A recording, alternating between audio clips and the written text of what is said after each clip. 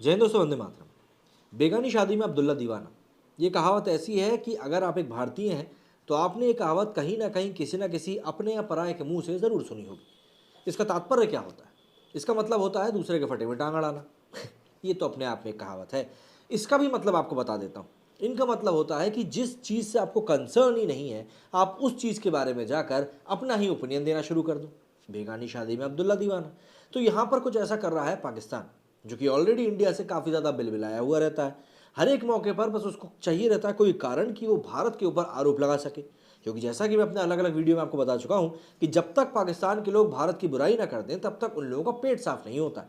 अब ऐसे में क्या हुआ है, क्योंकि अभी तो हाल फिलहाल में भाई भारत पाकिस्तान का कोई इंटरेक्शन ही नहीं हुआ है, ना क्रिकेट के मैदान पर ना पॉलिटिक्स में। लेकिन क्या है, यहाँ पर आती है दूसरी कहावत, दूसरे के फटे में टांग अड़ाना। मैच हुआ था भारत और बांग्लादेश के बीच में। अब बांग्लादेश भी आजकल ज़्यादा पीछे रह नहीं गया है। वो भी हर एक जगह पर भारत के मतलब आरोप प्रत्यारोप घुसाने पहुंच ही जाता है। और जब बात क्रिकेट की आती है तो वहाँ के फैंस वैसे ही कुछ ज़्यादा इमोशनल है। बेचारे जीत पाते नहीं हैं तो इसीलिए खिसियाते रहते हैं और दकियन उसी सी बातों के ऊपर अपनी बातें कहते रहते हैं। अच्छा, और सबसे बड़ी बात, जो कहते हैं ना कि अधूरा ज्ञान बहुत ज़्यादा खतरनाक होता है, उसका भी एग्जाम्पल आपको यहाँ पर भरपूर देखने के लिए मिलेगा। दरअसल आईसीसी के नियम के अनुसार फेक फील्डिंग एक बहुत बड़ा अपराध होता है। फेक फील्डिंग का मतलब कि अगर आप खिलाड़ियों का ध्यान डिस्ट्रैक्ट कर रहे हो फेक फील्डिंग करके, तो आपको पेनल्टी लगाई जाएगी। तो यहाँ पर इन लोगों ने कोहली के ऊपर आरोप लगा दिया है कि भैया कोहली ने हमारे खिलाफ फेक फील्डिंग करी थी, जिसके लिए हमको 5 रन की पेनल्टी नहीं मिली और हम लोग 5 रन से ही मैच हार गए।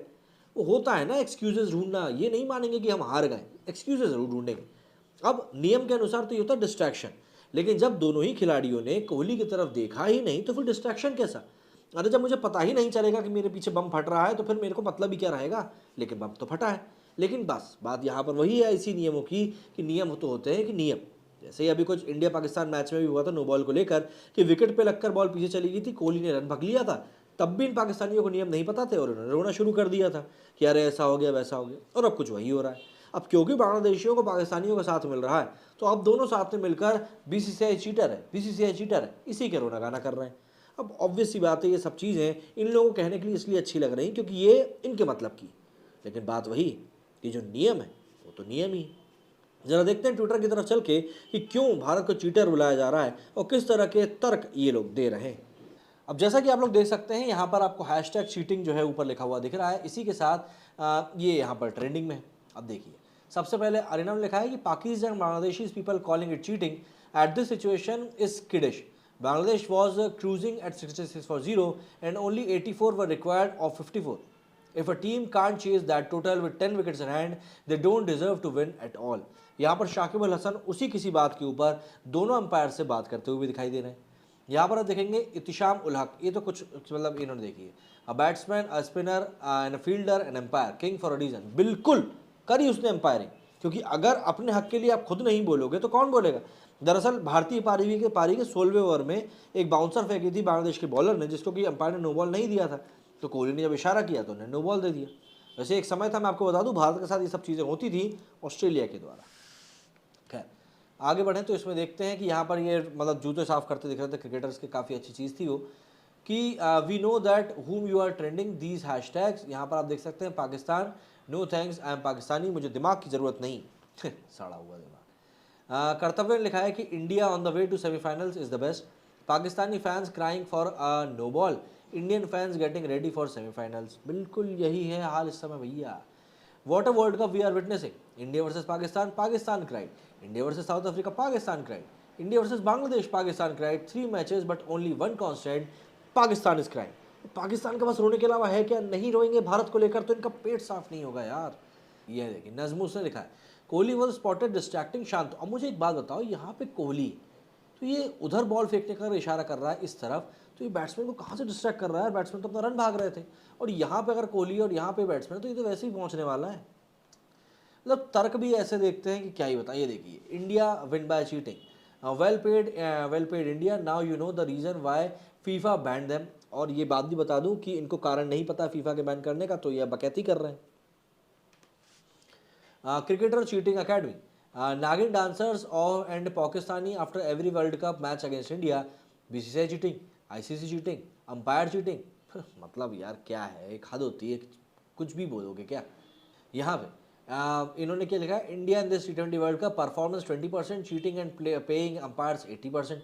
अरे भैया इतना ही दम है तो तुम पे कर दो भाई। तुम्हारे भाई हमारे ही देश के लोग कहते रहते हैं कि भैया बांग्लादेश की जो जीडीपी है वो भारत से भी ज़्यादा अच्छी हो रही है, तो तुम पैसा दे दो। अगर पैसे देकर ही सारे काम हो रहे हैं तो दो ना, लेकिन नहीं दे पाओगे, पैसे भी नहीं है और ये हो भी नहीं सकता है।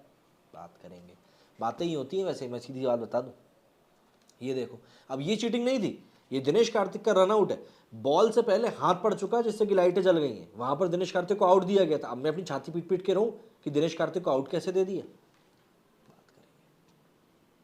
मतलब even after cheating Bangladesh fans, मतलब क्या बोलो।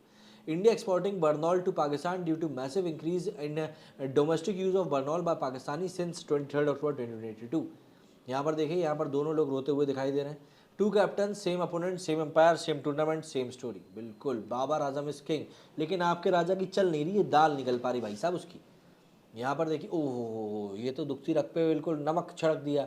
सलमान बट कप्तान था, आज की डेट में ज्ञान पेलता क्रिकेट के ऊपर, कप्तान होते हुए भाई साहब ने चीटिंग करी थी। व्हेन पाकिस्तान से something about fixing, listen they know better than anyone. Obvious सी बात है भाई, ज्ञानी है। देखिए, for those who train cheating, यहाँ पर विराट कोहली बांसुरी बजा रहे हैं और नाच कौन रहा है बिल्कुल देख सकते हो। Proud to receive tickets is better than cheating. ओ भैया, ओ भैया, बिल्कुल टिकट लो, निकल लो, निकल लो, क्योंकि तुम्हारे पास सिर्फ वो बहाना है और कुछ और है ही नहीं। देखो, हाँ अपन ने चीटिंग किया, जो उखाड़ना है उखाड़ ले। विराट कोहली का रिस्पॉन्स बिल्कुल एप्ट है। यहाँ पे umpire, best umpire of T20 world cup 2022 Virat Kohli, all time great umpire. बिल्कुल इसी को कहते हैं खिसियाई बिल्ली खम्बा नोचे, ऐसे ही लोग बोलने दे, तकलीफ हुआ है बेचारे को। ये देखो बेचारा कितना चिड़ा हुआ दिख रहा है यार। खैर जो भी है, तो इस तरह के कुछ रिएक्शंस निकल कर सामने आ रहे हैं और इस तरीके से इंडिया को एक्यूज़ किया जा रहा है लगातार चीटिंग को लेकर कि भैया आपने चीटिंग करी है और आपसे बड़ा चीटर तो कोई है ही नहीं। लेकिन देखिए बात वही है, क्रिकेट के नियमों के बारे में आपको सही तरीके से पता नहीं है और फिर आप उम्मीद कर रहे हो कि भाई सारी चीज़ें जिस तरीके से हम चाहते हैं वैसे चले। अब जैसे कि ये लोग कह रहे हैं कि भाई इंडिया ने पे कर दिया है एम्पायर्स को और पैसा खिला दिया है, तो साफ कह रहा हूँ जब पैसा खिला सकते हैं तो तुम क्यों नहीं खिला रहे हो? नहीं है क्या? बोल दो, लेकिन नहीं बोलोगे मैं जानता हूँ। क्या छोड़ो, जो भी है, इंडिया जीत चुका है। अब इंडिया ने 3 मैच जीत लिए हैं, उसके 6 पॉइंट्स हो चुके हैं। अब उसका मैच अगर मैं गलत नहीं हूँ तो किसी एक ऐसी टीम के साथ और बचा हुआ है, आई थिंक जिम्बाब्वे के साथ बचा हुआ है। तो वो मैच इंडिया से उम्मीद यही की जा रही है कि वो जीत जाएगी और इंडिया और साउथ अफ्रीका अपने ग्रुप से सेमीफाइनल के लिए क्वालिफाई करते हुए दिखाई दे रहे हैं। और इसके बाद शाकिब अल हसन ने मैच के पहले जो बयान दिया था कि भैया यहाँ पर तो मुझे सिर्फ और सिर्फ इंडिया को हराना है, हम वर्ल्ड कप जीतने नहीं आए। तो ठीक है, सपना टूटा है बेचारे का, बुरा लगा है बेचारे को, तो ये सब चीज़ें तो होंगी। बाकी आप लोगों का इस पूरे मामले के ऊपर क्या कहना है मुझे कमेंट करके ज़रूर बताएं। मेरे स्टूडियो फिलहाल इतना ही, जय हिंद, जय भारत।